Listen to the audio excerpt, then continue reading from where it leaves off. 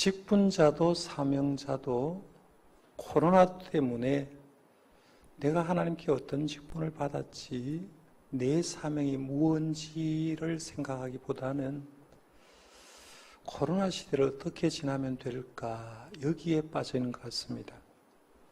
교회 앞날을 걱정하기보다도 예수님의 마음을 생각하기보다도 사실은 그런 여유가 없이 하루하루를 살아가고 있는 것이 오늘 현실이다라고 생각합니다. 그러다 보니까 벌써 7월 마지막 주일 예배를 하나님께 드리게 되었습니다. 이렇게 정신없는 세상을 살아갈 때 우리는 신앙인으로서 어떻게 살아야 될까요? 세상이 어수선할수록 우리는 본질로 돌아가야 됩니다. 운동선수가 그렇게 잘 하다가 때로 안 되면 기본기로 돌아가는 것처럼 우리 예수 믿는 사람도 세상이 어수선하고 세상이 흔들흔들할 때 교회의 본질이나 내 신앙의 본질이 뭔가 알고 본질에 충실해야 됩니다. 그러면 세상은 아무리 변해도 본질은 변하지 않기 때문에 본질을 부여잡는 사람만이 승리자라고 할 수가 있는데, 그러면 신앙인의 본질은 도대체 뭐고 교회의 본질은 뭔가라고 물었을 때 우리가 신앙사라는 우리들은 분명히 정의해야 됩니다. 교회의 본질은 뭐고 신앙의 본질은 뭐냐라고 했을 때 우리의 본질은 복음이 본질이다라고 말씀을 할 수 있어야 됩니다. 로마서 말씀 우리가 강의를 하고 있습니다만 로마서도 시작하는 말씀은 인사말부터 복음의 본질에 대해서 얘기를 하고 있습니다. 제가 서론적인 인사말을 다시 한번 읽어드리겠습니다. 로마서 1장 1절에서 7절 말씀입니다. 예수 그리스도의 종 바울은 사도로 부르심을 받아 하나님의 복음을 위하여 택정함을 입었으니 이 복음은 하나님이 선지자들로 통하여 그의 아들에 관하여 성경에 미리 약속하신 것이라. 그의 아들에 관하여 말하면 육신으로는 다윗의 혈통에서 나셨고 성결의 영으로는 죽은 자들 가운데서 부활하사 능력으로 하나님의 아들로 선포되셨으니 곧 우리 주 예수 그리스도시니라. 그로 말미암아 우리가 은혜와 사도의 직분을 받아 그의 이름을 위하여 모든 이방인 중에서 믿어 순종하게 하나니 너희도 그들 중에서 예수의 것으로 부르심을 받은 자니라.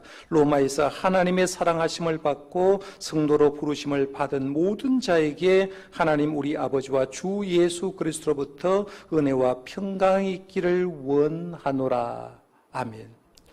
사도 바울은 로마 교회에 문제가 있는 걸 알고 그 문제를 해결해 주기 위해서 로마 교회에 편지를 쓰면서 인사말에 뭘 하느냐 하면 복음의 본질에 대해서 얘기를 합니다. 예수님이 누구냐는 거예요. 예수님이 누구냐라고 하니까 인사말을 시작하면서 하나님의 복음 예수님은 하나님의 아들이시다라고 얘기하고 예수님은 다윗의 혈통에서 태어나셨다. 그리고 예수님은 죽은 자 가운데서 살아나셨고 예수님은 지금 현재도 온 세상의 주인이시다라고 얘기를 합니다. 이 귀한 예수님을 얘기를 하면서 우리가 이렇게 귀한 예수님을 믿는데 그 예수님이 주신 은혜가 너희들에게 은혜와 평강이 넘치기를 원합니다라고 인사말을 쓰고 있는 거예요. 그러면서 계속해서 로마서 1장 16절 17절 이어서 하는 말이 뭐냐면 복음이 이런 거다, 복음은 바로 이런 거다라고 설명하고 있다는 거예요. 그렇습니다. 시대가 혼란스러울수록 여러분은 복음을 붙잡아야 됩니다. 시대가 혼란할수록 예수 그리스도를 붙잡아야 되고 시대가 혼란할수록 예수님 안에서 내가 어떻게 살아야 하는지 본질적인 면을 붙잡아야 됩니다. 그래서 내가 본질적인 면을 붙잡고 산다면 우리 주님께서 시대를 분별할 능력도 주실 거고 이 혼란의 기간이 언제 끝날지 모르지만 끝나고 나서 그때 참 어려웠는데 신앙의 본질을 잘 지키고 승리하고 살았다고 고백할 수 있는 저와 여러분들 되시기를 바랍니다. 그만큼하게 본질이 중요하다는 거예요. 자, 그런 의미에서 오늘 본문 말씀도 아주 중요한 말씀인데요. 지금 우리가 생각하는 것은 로마서 14장 말씀부터 15장 13절 말씀까지 교회 안에 있는 문제를 쭉 언급하고 있는데요. 이 언급된 문제를 종합해서 오늘 마지막으로 정리하려고 하는데 이 말씀을 읽어보면 우리를 천국을 향한 예수의 꿈이 나옵니다. 그 꿈을 두 가지로 좀 정리를 볼 수 있는데, 첫 번째는 이 로마서 14장부터 15장 13까지를 정리해 보면 첫 번째 예수님의 꿈이 뭐냐 하면 교회가 하나 되는 꿈을 꿉니다. 여러분이 교회라고 얘기할 때 제가 늘 얘기를 합니다. 건물이 교회가 아니라 예수를 고백하는 우리들이 교회이기 때문에 우리 성도가 하나 되는 것을 꿈꾸고 있다는 거예요. 이 교회가 하나 되는 꿈은 예수님이 이미 십자가를 지기 전에 대제사장의 기도를 하면서 먼저는 자기 자신을 위해서 기도하고 그 다음에 제자를 위해서 기도하고 그 다음에 이어서 하는 게 뭐냐면 앞으로 이어질 교회를 위해서 쭉 기도를 하는데, 교회를 위해서 예수님은 대제사장 기도에서 이렇게 기도합니다. 요한복음 17장 21절에서 23절 한번 들어보십시오.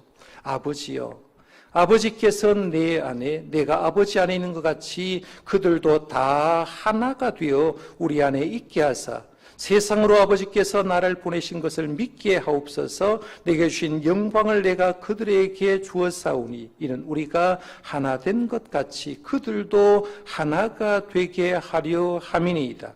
곧 내가 그들 안에 있고 아버지께서 내 안에 계시어 그들로 온전함을 이루어 하나가 되게 하려 함은 아버지께서 나를 보내신 것과 또 나를 사랑하심 같이 그들도 사랑하신 것을 세상으로 알게 하려 함이로소이다 라고 했습니다.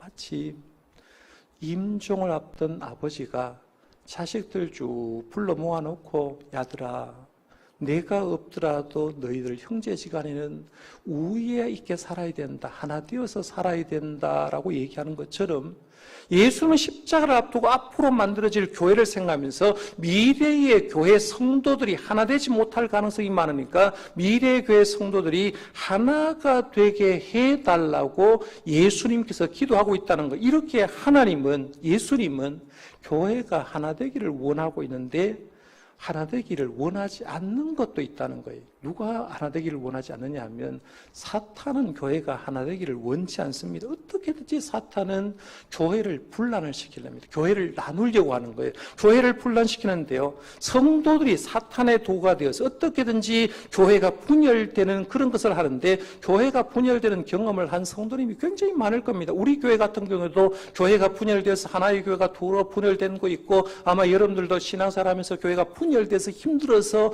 우리 교회에 나와서 믿음 생활 하는 분들이 계실 건데요, 이 교회 분열의 근원에 들어가면 사람이 있는 것 같지만 그 사람을 조정하는 것은 사탄이 교묘하게 교회를 조정하고 있는 걸 봅니다.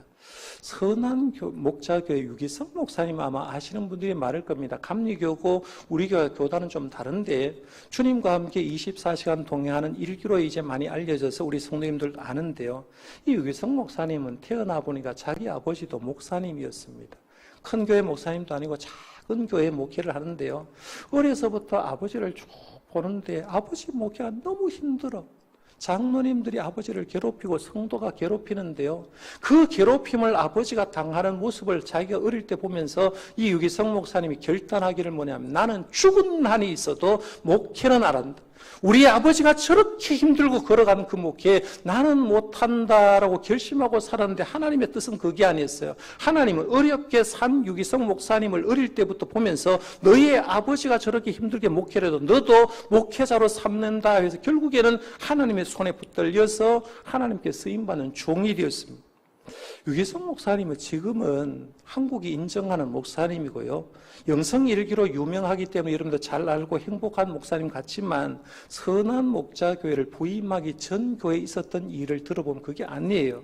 제가 책을 읽으면서 유기성 목사님이 그때 섬겼던 그 일들을 좀 생각하면서 좀 적어봤는데요, 이 목사님이 이제 선한 목자교회에 들어가기 사역하기 전에 한 교회에서 이제 사역을 하는데, 목사님이 이제 담임 목사로 부임하니까 교회가 바뀌잖아요. 나라에도 대통령이 바뀌면 체제가 바뀌듯이 담임 목사님이 이제 새롭게 부임하니까 교회 담임 목사에 맞춰서 막 부흥하려고 새로운 것들을 하고 이제 비전을 세우기 위해서 굉장히 노력을 많이 했다는 거예요. 그래서 교회 비전을 이제 함께 나눌 사역자 모임을 하는데, 장로님 두 분은 우리 교회 바뀌는 걸 원치 않았다는 거예요. 여러분이 교회도 마찬가지예요.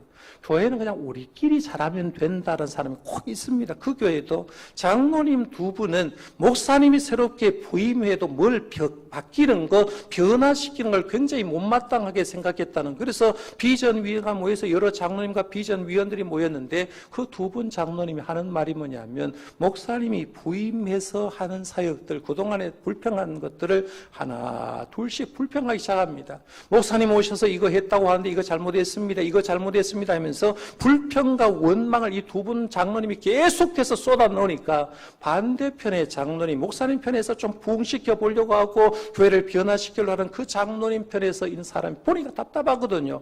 답답하니까 결국에는 반대편 장로님하고 말싸움이 시작되고 그 말싸움이 결국에는 몸싸움 같은 불상사가 일어나는 거예요. 한번 생각해 봐요. 교회 좀 부흥시켜 보려고 비전위원회가 모이는데 거기에서 장로님 두 분하고 다른 장로님이 뜻이 안 맞아서 몸싸움을 하기 시작하는데 결국에는 시작할 때는 기도했는데 마침 기도도 하지 못하고 결국에는 그래서 모임이 끝나버렸다는 거죠. 고성이 난무하는 가운데 그냥 말리면서 끝나버렸습니다. 목사님이 그 순간 성도가 돌아간 다음에 이제 목회는 끝났구나. 목회는 끝났구나. 그 생각하면서 한참 울었다고 합니다. 한참 울었다. 사택에 돌아갔는데 장로님하고 장로님이 붙어서 몸싸움까지 했으니 이게 뭐 되겠습니까? 한숨도 못 잤다는 거예요. 목사가 여러분 강해 보이는 것 같지만 성도의 예민한 부분까지 들으면 밤에 잠 못 잘 때가 많거든요. 그런데 이 목사님도 유기성 목사님도 그렇게 한숨도 자지 못한 채 하나님, 더는 못하겠습니다. 힘들어서 더는 목회 못하겠습니다. 이런 생각이 들더라는 거예요. 밤새 잠 못 자고 장로님이 싸우고 리더십이 있는 사람들이 싸우니까 그걸 보면서 하나님, 나는 목회를 못하겠습니다. 더는 못하겠습니다. 내려놓게 싶은 생각만 자꾸 들더라는 거예요. 시간은 지나서 새벽기도 인도할 때쯤 되었는데 사임하더라도 그래도 내가 담임 목사니까 새벽 기도는 인도해야 될 것 아니냐라고 생각하고 책임감을 갖고 새벽 기도를 인도하고 성경책을 들고 사택에서 또 교회까지 오는 거예요. 교회까지 오는데 교회까지 와서 무거운 발걸음을 가지고 오는데 번뜩 깨달아진 게 하나가 있더라는 겁니다. 어제 저녁에 부흥 비전위원회에서 모였는데 교회 부흥을 저지하는 게 지금 사람이 하고 있냐 아니면 사탄이 지금 하고 있느냐 가만히 한번 생각해 보니까 이게 사람이 말한 것 같은데 사람이 말한 게 아니란 거예요. 이 사탄이 우리 교회를 방해하는 짓을 하고 있는 게 그게 문득 깨달아지더라는 겁니다. 아, 마귀가 교묘하게 사람을 이용해서 우리 교회를 무너뜨리려고 하고 있구나라고 생각하고 정신이 번쩍 들면서 그러와서 새벽 기도를 인도하고 하나님 앞에 개인적으로 쭉 기도를 하는데 그동안 사연을 쭉 생각해 보는 겁니다. 교회 비전회가 모였고 장로님과 장로님이 붙어서 말로 싸우다가 몸으로 싸워서 이렇게 되었는데 머릿속에 드는데 어느 순간 성령님께서 이렇게 시키더라는 겁니다. 야, 유기성 목사야, 너는 지금부터 너를 반대하는 장로님이 하자는 대로 해라. 네 편대로 하지 말고 네 반대하는 장로님 편에 들어가지고 한번 해보라 라고 이렇게 얘기하더라는 거예요. 그러니까 성령님이 그렇게 마음을 주니까 그 다음 날부터 사역을 하는데 자기 편 들었던 장로님의 뜻대로 하지 않고 자기 편에 있는 사람이 훨씬 더 많은데도 불구하고 반대했던 장로님 편에 서서 장로님 그냥 하자는 대로 하겠습니다 라고 해서 3개월을 그렇게 해봤다는 거예요. 3개월을 딱 그래 했더니 반대했던 두 분 장로님이 그때서야 목사님을 찾아와서 목사님, 내가 그때 잘못했고 지금까지 잘못했습니다. 이제는 목사님의 뜻대로 하십시오라고 얘기해서 목사님한테 먼저 잘못했다고 하고 자기와 몸싸움을 했던 장로님한테 화해를 하기 시작하는데 이렇게 화해가 된 다음에 교회가 변화되는데요. 그 다음부터 시작해서 유기성 목사님의 교회가 급성장하기 시작했다는 거예요. 이런 경험을 한 유기성 목사님이 그 다음 글에 이렇게 썼습니다. 어떤 일이 있어도 가정과 교회 공동체의 하나됨을 지켜야 합니다. 이렇게 썼어요.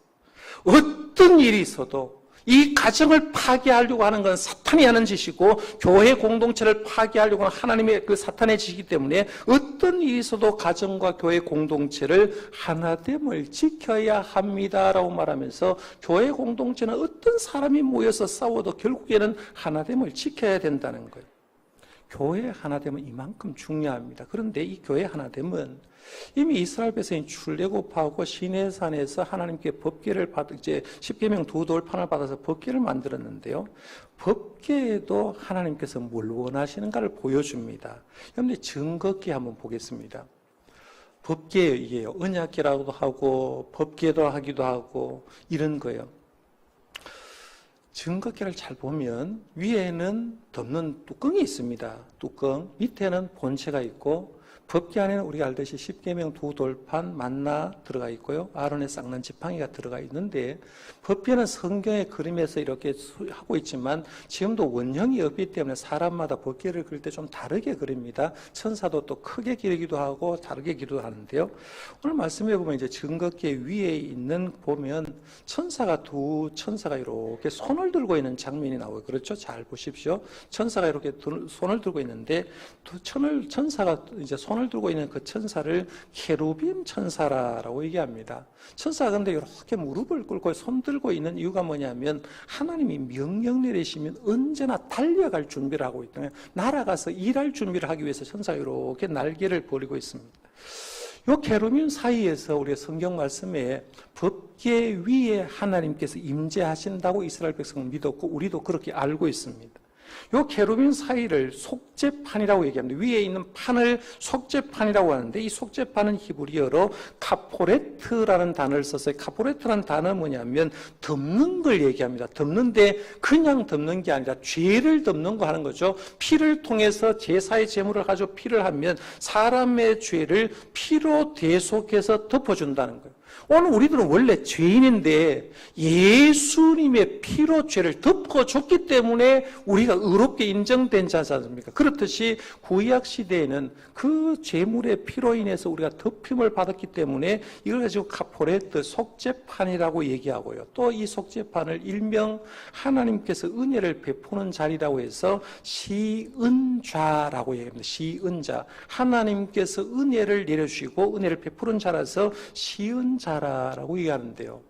이 유대인 랍비들은 이 시은자의 케루빔 천사를 이렇게 손들고 있는 거 하면서 의미를 이렇게 보면서 심오한 진리가 있다라고 하면서 이렇게 풀었어요. 하나님은 두 사람이 사랑과 포옹, 너그러움과 돌봄의 마음으로 얼굴을 마주한 곳에서 말씀하신다라고 했어요. 하나님이 여러분 말씀 듣고 싶죠. 하나님의 음성 듣고 싶다는 거예요. 그런데 내가 왜 하나님의 음성이 안 들려지냐, 내가 왜 하나님의 음성을 못 듣느냐 했을 때 내 자세를 보라는 거예요. 하나님의 음성은 언제 들려주냐 하면 두 사람이 손들고, 이 천사가 손들듯이요, 손을 들고 서로 사랑하고 서로 포용해주고 포옹해주고 누군가 돌봄이 있는 그곳에 하나님은 그들에게 말씀해 주신다는 겁니다. 하나님은 하나님의 사랑 안에서 손든 그 사람에게 주님의 음성이 들려진다는 거예요. 그러면 오늘 우리가 필요한 게 뭐냐라 했을 때 오늘 우리들도 케루빔 천사의 모습이 필요하다는 거죠. 로마서 얘기하면 강한 자 손들고 약한 자 손들고 이방인 손들고 유대인이 서로 마주하면서 서로 손들어서 포용해 주는 거기에 하나님께서 말씀하신다는 거예요. 거기에서 하나님의 사랑이 있다는 겁니다.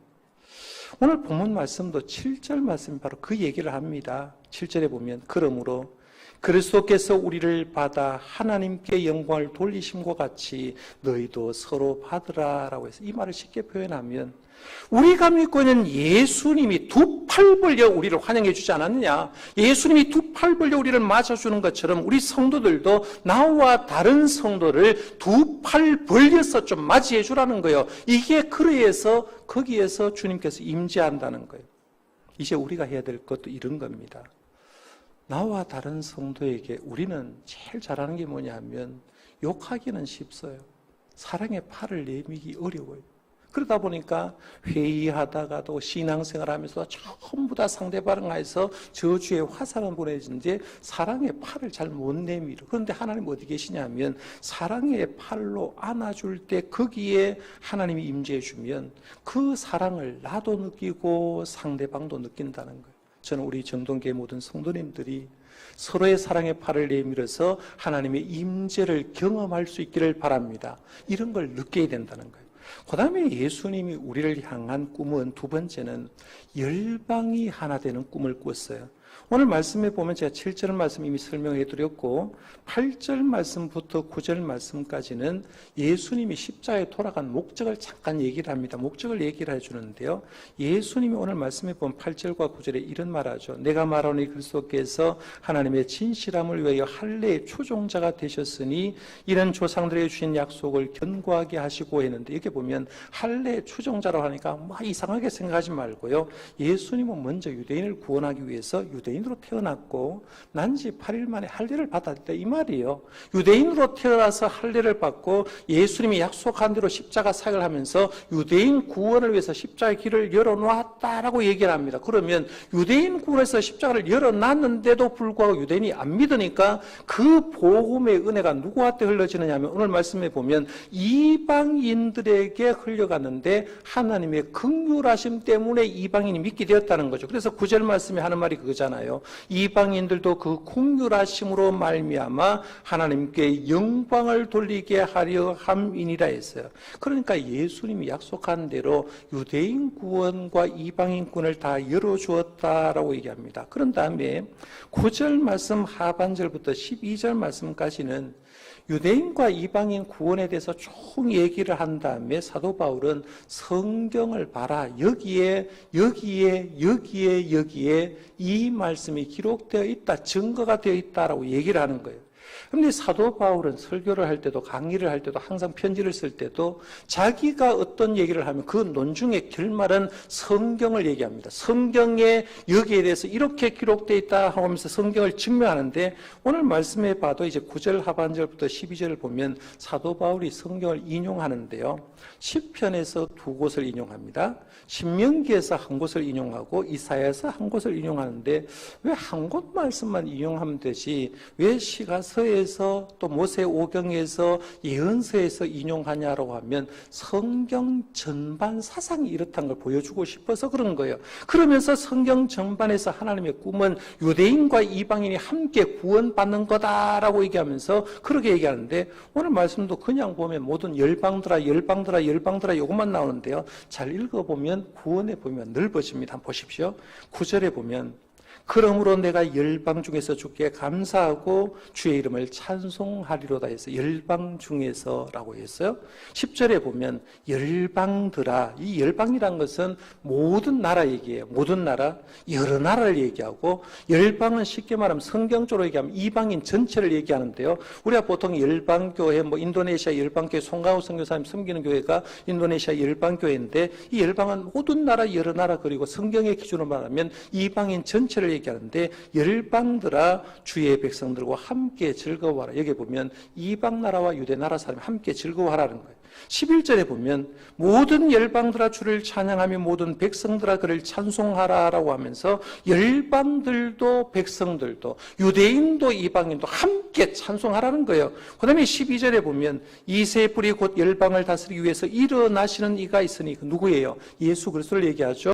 열방을 다스리기 위해서 일어나시니 예수가 있었으니 열방이 그에게 소망을 둔다. 모든 세상의 사람들은 소망을 어디에 두느냐 하면 예수님한테 두는 날이 올 거다라고 예언을 하고 있는 거죠. 사도 바울은 구약성을 이렇게 명확하게 인용하면서 하나님의 꿈, 예수님의 꿈은 유대인들도 이방인들도 모두가 주님 앞에 서서 하나님께 찬송하고 예배하는 것이 주님의 꿈이라는 거예요. 이 꿈을 사도 바울은 알았기 때문에 자기가 선교하러 간 거예요. 로마에 이런 편지를 쓰는 거예요. 오늘 예배 전에 불렀던 찬송 가운데 내 눈 주의 영광을 보내라는 찬송이 있었죠. 부흥한국 대표를 맡은 고영원 선교사가 작사 작곡한 곡인데요. 가사를 한번 보십시오. 내 눈 주의 영광을 보내 우리 가운데 계신 주님 그 빛난 영광 온 하늘 덮고 그 찬송 온 땅 가득해. 내 눈 주의 영광을 보내 찬송 가운데 서신 주님. 주님의 얼굴은 어디를 보고 있다고 했어요? 주님의 얼굴은 유대인만 본다는 말이 아니었잖아, 그렇죠? 주님의 얼굴은 온 세상 향한의 권능의 팔을 드셨는데, 예수님의 사역의 목적은 우리 예수 믿는 사람만이 아니라 예수 믿지 않은 온 세상을 향하고 그들에게 권능의 팔을 드셨고, 주의 영광 이곳에 가득해 우리 설에 주님과 함께 찬양하며 우리는 전진하리. 모든 열방 주 볼 때까지. 하늘아버지, 우리를 새롭게 하사 열방 중에서 주를 섬기게 하소서. 모든 나라 인하라 찬송을 부르며 영광의 주님을 보게 하소서 했어요. 주님의 얼굴 온 세상을 향한다. 주님은 열방을 품고 있다는 거예요. 그리고 주님은 열방을 품고 권능의 팔을 들어서 열방을 향해서 열방 사람이 찬양하는 날을 기대하는 거예요. 오늘도 해외 예배당 건축 헌금 하나 들어왔어요. 오늘도 선교하면서 해외 코로나 힘든 선교지 6개 지역을 돌더라고 헌금이 300만 원 들어왔습니다. 주중에 계속해서 선교사님들이 선교지 얘기합니다. 브라질에 선교한 내용을 대하였고요. 인도네시아 우리 손태규 장로님과 우리 권사님 두 집사님이 후원하는 교회하고 학교에서 사역하는 모습이 들어왔어요. 인도네시아 코로나가 이렇게 힘들지만 우리 교회 분이엘 성경초등학교가 우리 총회 선교에서 허락나서 이제 송금을 해달라고 이렇게 부탁하는 것을 제가 들으면서 제가 느끼는 게 뭐냐면, 정동교회 여러분 어디 있냐? 정동교회가 어디 있냐 했을 때 여기서 지산동만 있는 게 아니라 저에게 정동교회는 브라질 아마존 강에도 있고요, 정동교회는 서티모르도 있고, 정동교회는 인도네시아 땅도 있고, 정동교회는 네팔 땅도 있는 거예요. 우리 교회가 꿈꾸는 게 뭐냐면, 우리가 여기 앉아있지만 하나님의 눈으로 세상을 보는 겁니다. 주님으로 온 세상 향한의 권능의 팔을 드셨네라고 얘기합니다. 예수님의 꿈은 이런 꿈을 꾸고 있는데 교회 안에서 믿음 크다 작다 이 얘기하고 있을 때 이 얘기예요.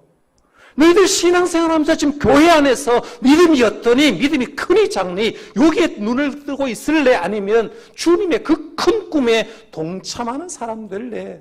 사도 바울은 더 큰 꿈에 동참하는 하나님의 사람 되기를 원하는데, 우리는 자꾸 교회 안에서 작은 것만 해서 힘들다고 어렵다고 이렇게 해서 시험 든다고 얘기할 때 많잖아요. 사도행전 13장에 보면 이런 주님의 꿈을 이룬 교회가 나옵니다. 우리 이미 사도행전 공부를 하면서 알아요. 안디옥 교회 한번 보시죠. 안디옥 교회. 사도행전 13장 1절에 보면 안디옥 교회 지도자를 얘기하면서 이렇게 얘기합니다. 안디옥 교회 선지자들과 교사들이 있으니 곧 바나바와 니게를 하는 시므온과 구레네 사람 루기오와 분봉왕 헤롯의 젖동생 마나인과 및 사울이라라고 했어요. 지도자 5명 딱 언급하는데 한번 보십시오. 바나바 귀족 출신이고요, 예루살렘 교회를 위해서 땅을 팔아서 헌금한 사람, 잘 아는 사람이에요. 시므온, 니게르라 하는 시몬인데, 니게르는 라틴식이고 시므온은 유대식인데, 이 니게르란 말 뜻은 뭐냐면 검다란 뜻이에요. 그래서 이 니게르란 시므온은 아프리카 태생이니까 분명히 안디옥에 살지만 얼굴 피부색은 흑인이에요. 얼굴이 새까만 사람입니다. 바나바는 귀족, 돈 있는 사람, 시므온은 아프리카 태생 흑인이에요. 루기오, 구레네 사람 루기오라고 했는데, 이 로마식 표기를 하면은 루치오스라는 이름의 뜻인데요, 로마 문화권에서 로마의 영향을 받은 사람입니다. 그러니까 루기오는 로마 문화권 속에서 당시에 로마가 전 세계를 지배했다고 생각하니까요, 로마 문화권의 영향을 받은 사람은 굉장히 실세였다고 봅니다. 그 다음에 마나인, 헤롯의 젖동생 마나인인데, 이 말 그대로 알 수 있는 게 당시 유대 세계에는 좀 권력을 가진 사람이었구나 추정해 볼 수 있어요. 사울은 뭐 설명할 필요가 없죠. 당대 최고의 지성입니다. 한국으로 말하면 이어령 교수님 수준이 되는 당대의 최고의 지성이었고, 예수님을 박해하려고, 예수 믿는 사람 박해하려고 다메섹 도상에서 예수님을 만난 사람입니다. 안디옥 교회 영적 지도자 보니까요, 출신 지역 달라요.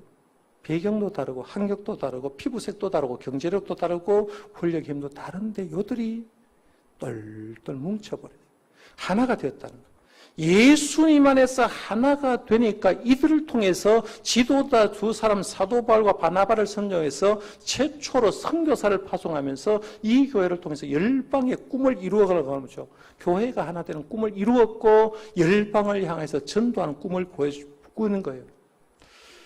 우리 교회도 이렇게 돼야 됩니다. 우리 교회도요.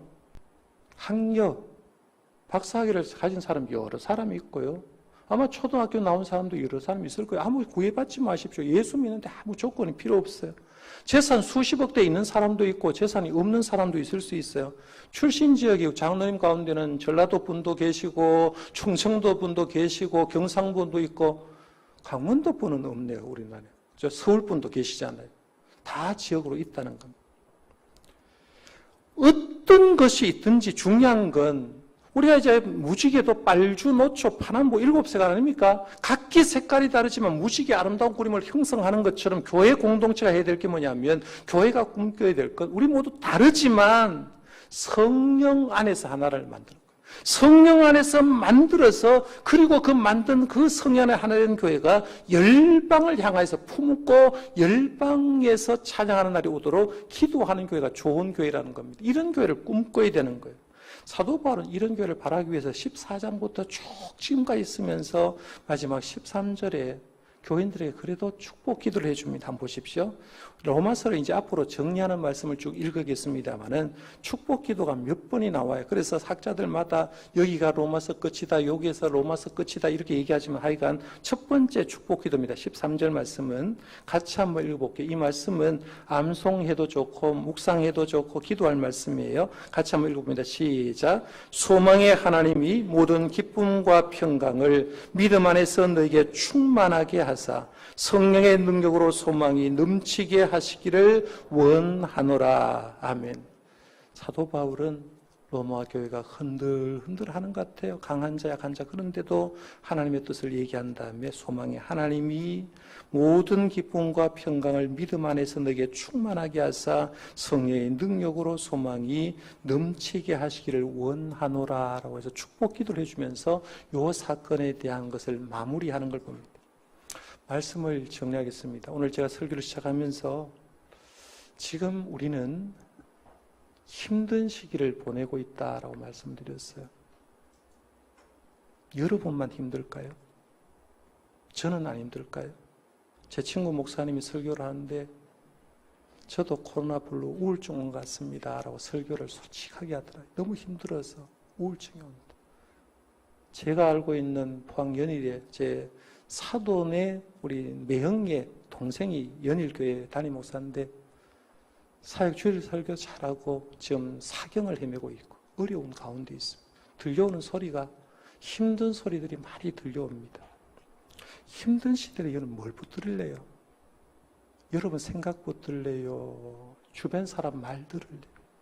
힘든 시기를 보내고 있을 때 우리가 잡아야 될 건, 제가 잡아야 될 것, 여러분이 잡아야 될 것 다른 거 없어요. 예수 그리스도를 잡으시길 바랍니다. 복음을 잡으시길 바랍니다. 복음을 잡고 예수를 잡아서 우리가 꿈꿔야 될 건 주님이 원하시는 교회로 만들어가는 그 꿈을 저와 여러분이 만들어가고 이루어갈 수 있기를 바랍니다.